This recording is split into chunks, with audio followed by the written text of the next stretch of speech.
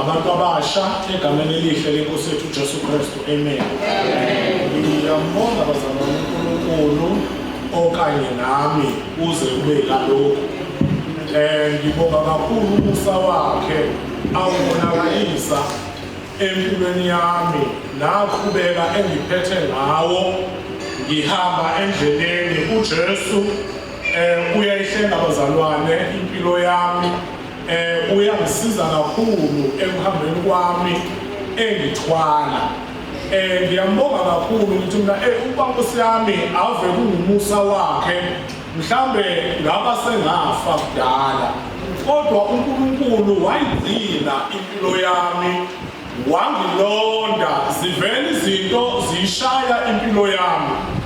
Ngiyakhumbula nje ngelinye ilanga ukuthi ngabe ngalala esibhedlela ngigula, ngahlala nje amasonto amabili onke le ngabo 2005. Kodwa bazalwane ngathi ngilapho ngathi Nkosi, angifuni ukufa, icebo lakho ngempilo yami lingafezekanga. Ngiyacela unginikeze ithuba lesibili ngenze lokho obongithume ukuthi ngikwenze emhlabeni.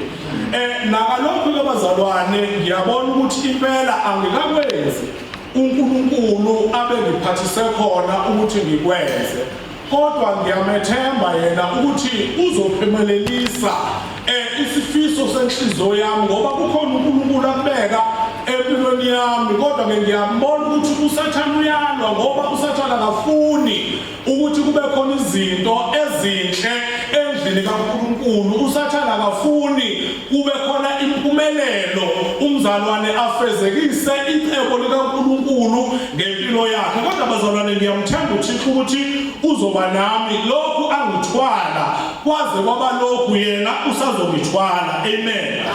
Bazalwane, kuyisikhathi eside kakhulu ngagcina ukuma phambi kwenu ningabazalwane. Bengijwayele nje ukuthi ngiyifakaze nasekhaya futhi ngithule ubufakazi, kodwa ukuthi ngime nje ngidlulise izwi likaNkulunkulu sekukade kakhulu, nokungeyona into elula ukuma phambi kwabazalwane udlulise izwi likaNkulunkulu. Kodwa-ke bazalwane, kukho konke uJesu unami, yena uzongithwala. Inkosi mayinibusise. Ngoba baningi abangangazi, ngiwuSibongiseni, ngiwakaZabuza isibongo. Ngiyakholwa-ke bazalwane, ngiyamthanda uJesu owasindisa impilo yami emihleni yobusha bami ngimncane, kodwa waye wazambula. Kade ngicabanga nje kulezi insuku ngithi Nkosi, ngiyabonga ukuthi ekukholweni kwami ngithatha impilo yami ngiyinikela kuJesu. Kunamadoda uNkulunkulu awawabeka ukuthi angikhulise. Ngiyakhumbula nje abanye bazobazi obaba uDavid Nyawo, ukuthi amanye amadoda lawo adlala ingxenye enkulu empilweni yami ekungikhuliseni evangelini likaKristu. Kade ngikhumbula nje obaba uHadebe, ubaba kaKhayifas, omunye ubaba lowaya obengumzali wangikhulisa, waba seduze kakhulu nami. Ngiyambonga bazalwane uNkulunkulu ukuthi nasemandleni esikulo ibandla labazalwane, ayikho lento yokuthi kume umzalwane oyedwa kakhulu. Kuhle bazalwane, kodwa bekhona ezinye izinto ezibakhulisayo nabazalwane abanye ukuthi nabo banikezwe amathuba. Ngiyabona nje ukuthi uNkulunkulu wangisiza ebuncaneni bami. Ubaba uZJ, ubaba kaBabukheswa, omunye umazalwane naye waba nesandla ukuthi anginikeze amathuba ebuncaneni bami ngimncane kakhulu ukuthi ngime phambi kwabazalwane. So bazalwane, uNkulunkulu muhle. uNkulunkulu uyayihlenga impilo yomuntu, uNkulunkulu uyayithwala impilo yomuntu. Ngizothanda nje bazalwane sivule izwi likaNkulunkulu lapha encwadini kwabaseGalatia isahluko sika 5 uverse 16. Galatia chapter 5 uverse 16. Ngiyathanda nje sike sibuyekeze kancane ngesifundiso, isifundiso ngombabhadiso. Ngithela naba isifundiso ngombabhadiso siyasiza empini mangaba singabazalwane sinqobe isono. Ngalabo amathi-ke kuthiwa kunalento yokuthiwa ukugwangula. Into engizokhuluma ngayo namhlanje ayintsha kodwa izofana nje nokuthi ngiyagwangula. Ukugwangula-ke kwabangazi ngobulimi bangakithi lokwamanje. Ufike kuhlakulwe emasimini kungaba ummbila. Bese kuba nesikhathi la umuntu esebuyela khona ensimini bese ihlakulile. Abese eyaphinda futhi ahlakule okwesibili. Ukuze kuthi kushaya isikhathi sokuvuna ube ungekho uqadola. Kube sekuvuleka kahle ensimini. Leyo nto ke siyayisibiza ngokuthi ukugwangula. Ngala kwamaqhi angazi-ke kwezinye indawo ukuthi kuyaye kubizwe kanjani mangabe kwenziwa leso senzo. Ngiyacela nje omunye asifundele kwabaseGalatia chapter 5 verse 16.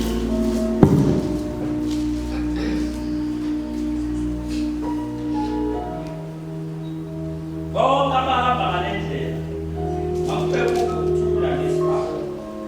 Yebo, u-Israyeli bafuna.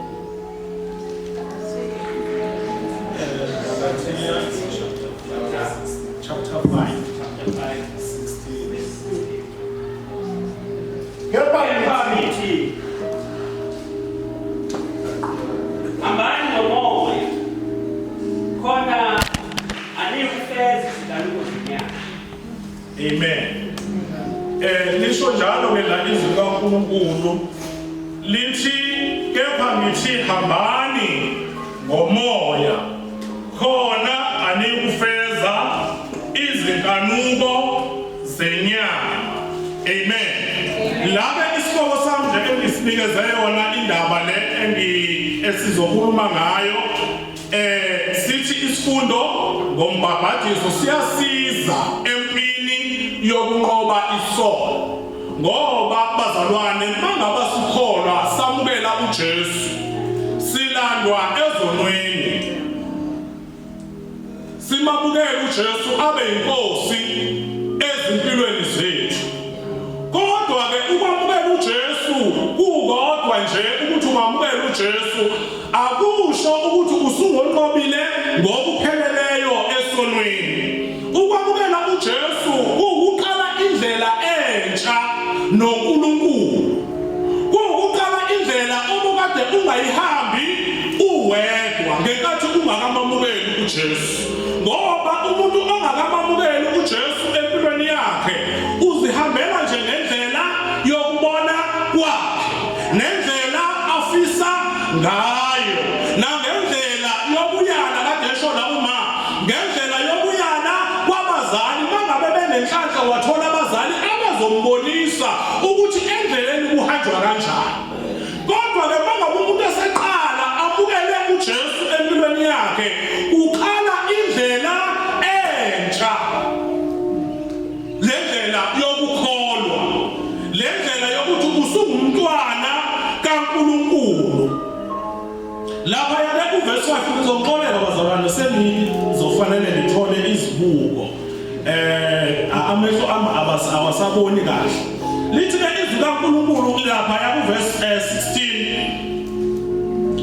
Kepha ngithi hambani ngomoya khona anikufeza izinkanuko zenyama. Ngokuba inyama ikhanuka okuphambene nomoya, kepha umoya ukhanuka okuphambene nenyama. Ngokuba lezi zinto ziyamelana ukuze ningenzi lokho enikuthandayo.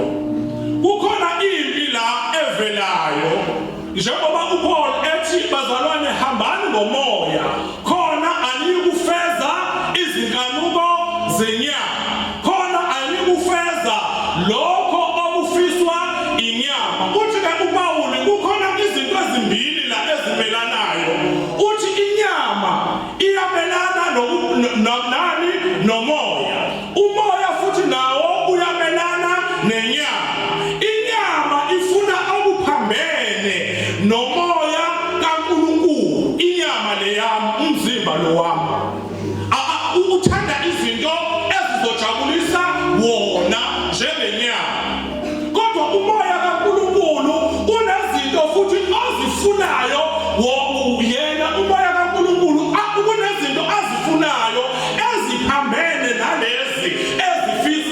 inyama yami.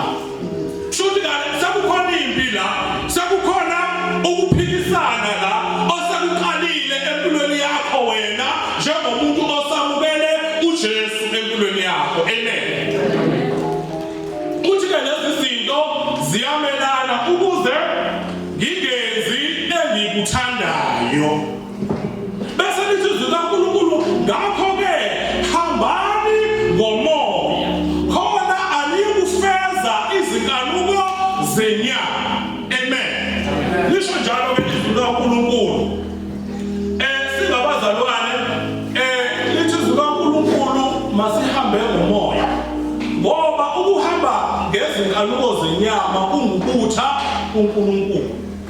Bazalwane, kukaningi mangaba kufundiswa izwi kaNkulunkulu kuba nezinto elithi asihlukane nazo, bese empilweni yakho noma enyameni yakho kuvuke ukuthi lo muntu lo uyahlulela, kanti cha kushoni izwi likaNkulunkulu.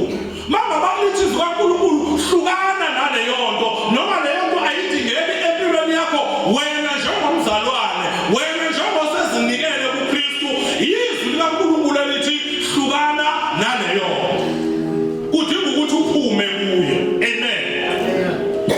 Verse 24 kule ncwadi yona le kwabaseGalatiya, ngicela ungifundele uverse 24. Kepha abakaKristu Jesu babethele esiphambanweni yabo kanye nokuheka nezinkanuko. Amen. AbakaKristu Jesu babethele esiphambanweni inyama kanye nokuhuheka nezinkanuko. Laba sebebamukelile uJesu, inyama yabo lithi izwi kaNkulunkulu bayibethele kuphi? Esiphambanweni. Nani nokuhuheka, ukufisa nje kwakho konke kubethelwe kuphi? Esiphambanweni. Ukufisa kwenyama yakho nazo zonke izinkanuko, izinto ezifunwa inyama yakho zibethelwe kuphi? Esiphambanweni. Lisho njalo ke bazalwane izwi kaNkulunkulu. Ngiyacela nje siye lapha kwabaseRoma chapter 6 ufunde from verse 2 kuya ku verse 7. Besingazi ukuthi wena ukhona, besingazi ukuthi wena ukhona, besingazi ukuthi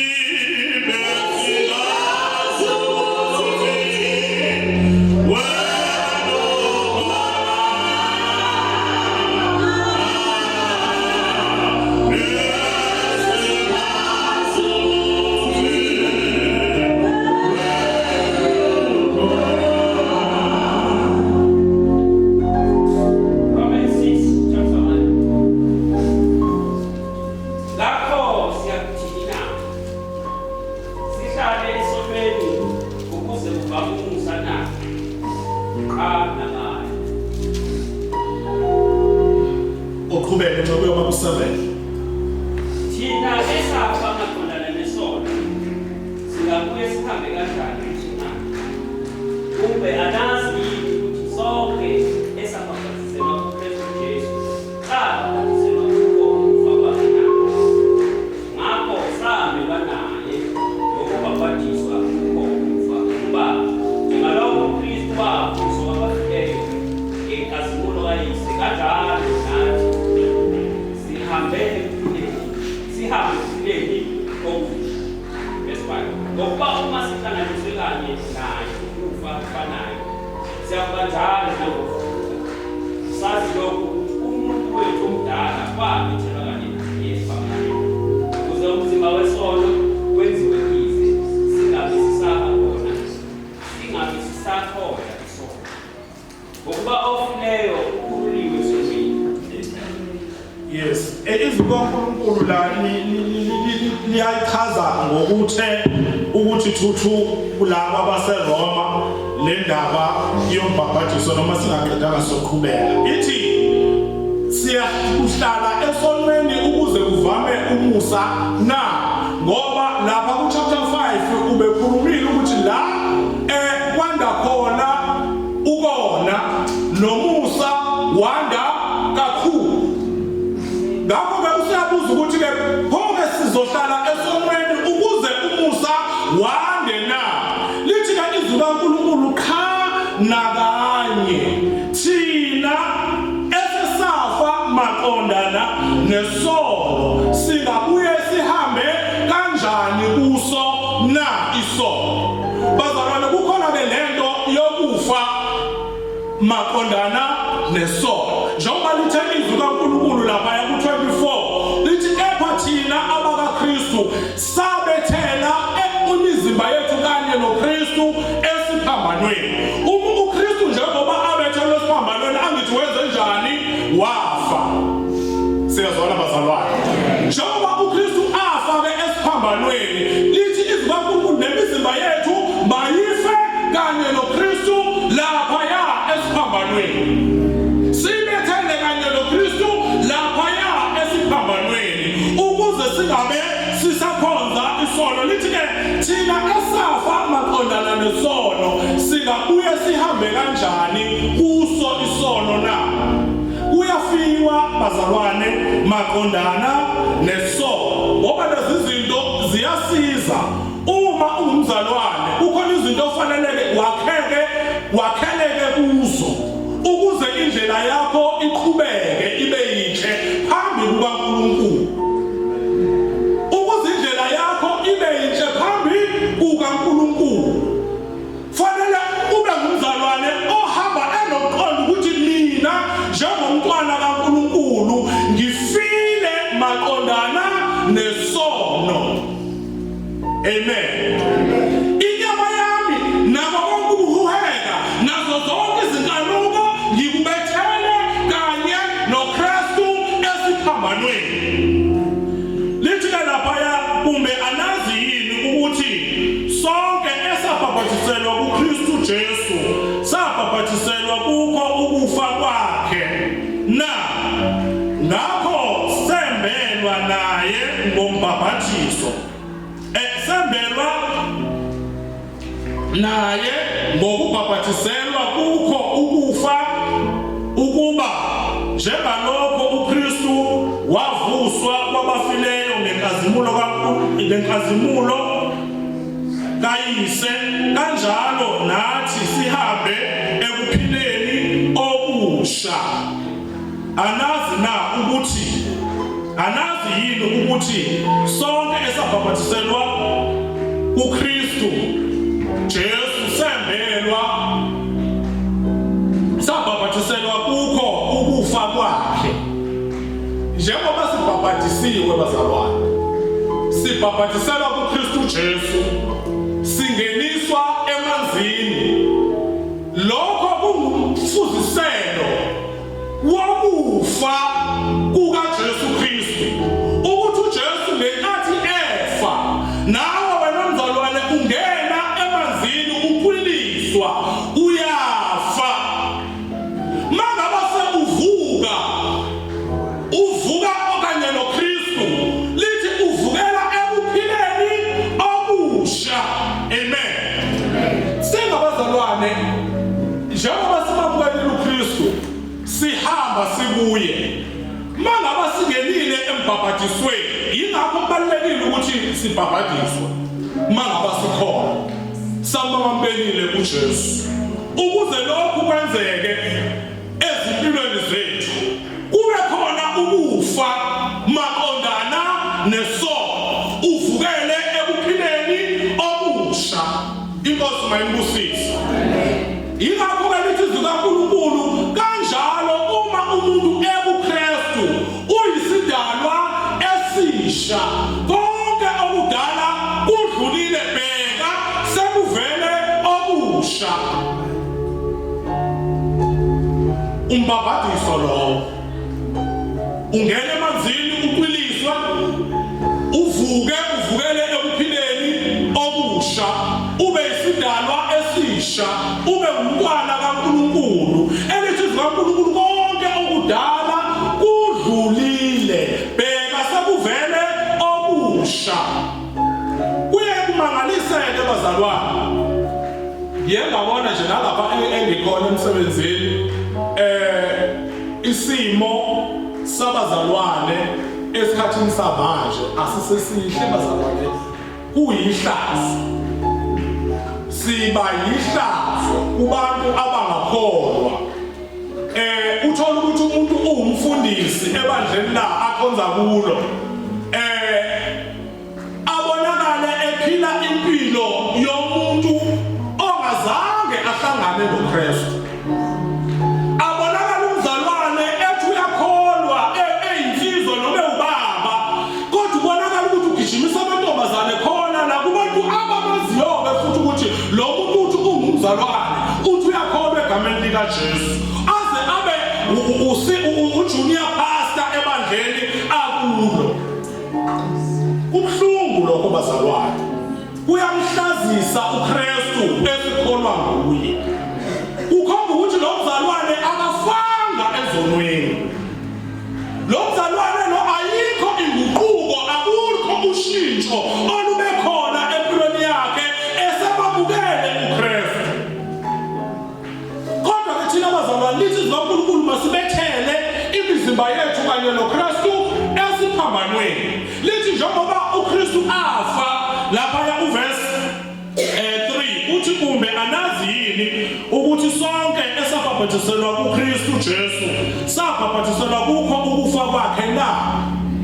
Njengoba sesibhaphathiselwa kuKristu sasibhaphathiselwa ekufeni kukaKristu Jesu, ukuthi uJesu njengoba afa ngenxa yesono, nami ngiyafa ezonweni, angisaphinde ngibonakale ngihamba kuzona. Amen. Kubuhlungu ebazalwane ukuthi sithi sife kulindeleke okunye bese kuvela okunye.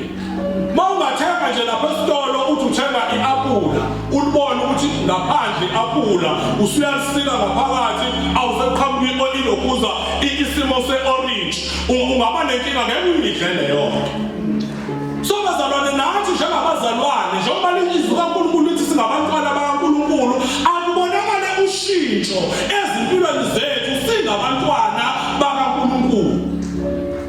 Akubonakali ushintsho, akubonakali ukuthi siyisidalwa esisha, akubonakale la uhlezi khona nabantu ukuthi cha lo ngempela uhlubile. Sikhona isikhathi la othi ungazange usho lutho ngomlomo wakho, kodwa abantu babone nje impilo yakho bese beyakubuza angumzalwane yini, ngenxa yokuthi bebona inkambo yakho phambi kwabo.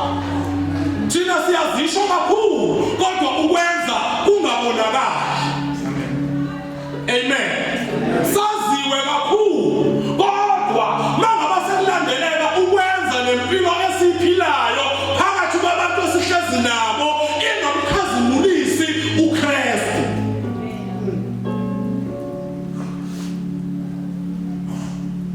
Le ekhaya emndenini nje wangakwaluthi ngisho ukuthi abazalwane bayangena enkingeni kwesinye isikhathi obaba, ngoba babashumayeli. Umuntu ufika la ebandleni abe muhle, akhule kakhulu, kube mnandi, futhi mangabe ngekho kubonakala ukuthi akekho, kube nesikhala sakhe. Kodwa mangabe sekuyela ekhaya umuntu uphila impilo ehlukile ephambene nale eyasesontweni. Ngambuka nje ngithi lo mzalwane azofaka abazalwane abaningi enkingeni, umphakathi ohlezi naye lo mzalwane umbuka ukuthi uphila impiloni la kwakhe, uphila impiloni la emphakathini komakhelwane ahlezi nabo. Ngelinye ilanga base kufika abazalwane sethule bezoshumayela ngoba phela babona babazela kuphi emuva esontweni, bayamangala abantu bomphakathi ukuthi ubani lokhulunywa ngaye, ngoba bona bamazi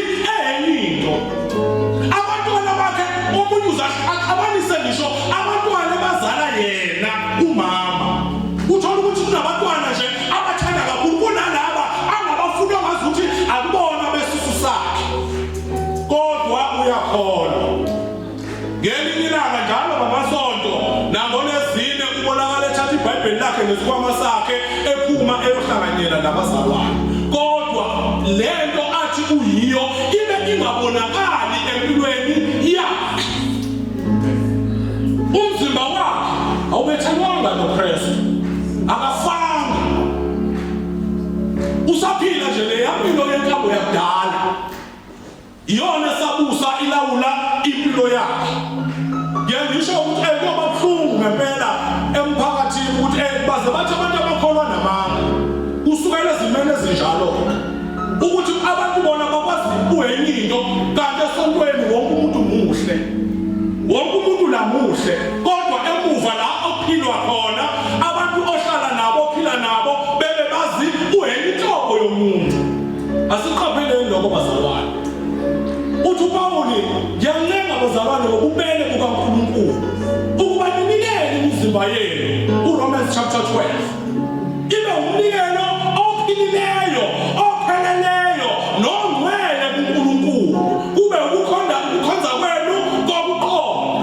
Lithi lingalingisi leli lizwe, kodwa liguqulwe ngokwenziwa ibentsha ingqondo yenu, ukuze sikwazi ukuhlolisisa okuyintando kaNkulunkulu. Fanele sihambe abazalwane lube khona ushintsho ezimpilweni zethu, sife maqondana nesono, singahlali esonweni, kodwa sibe sithi singabantwana bakaNkulunkulu. Lisho njalo ilizwi kaNkulunkulu lithi ngakho sembelwa naye ngokubhabhadiswa, ngokubhabhadiselwa kukho ukufa kwakhe, njengalokhu uKristu wavuswa kwabafileyo ngenkazimulo kayise, kanjalo nathi sihambe ekuphileni okusha. uKristu akafanga kwaphela kanjalo, kodwa wavuka, waphila. Lithi uNkulunkulu masihambe ekuphileni okusha. Akubonakala isidalwa esisha empilweni yakho mzalwane, akubonakala ushintsho ukuthi lokho kade kuyimo izolo namhlanje ungabi yikho, ngenxa kaKristu osefinyelele empilweni yakho. Ayibusise inkosi, alubonakala ushintsho.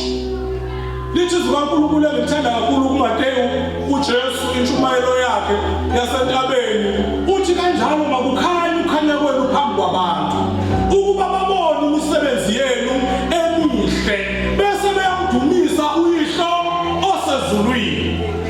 Inkambo yethu mayiveze uKristu okithi, inkambo yethu mayiveze ukuthi laba bayisizwe esikhethiweyo, noma lo uyisizwe esikhethiweyo. Kungafani nje, kungafani nje mabehamba beyobhenga uphakathi kwabo, bejabula ngendlela abajabula ngayo uphakathi kwabo.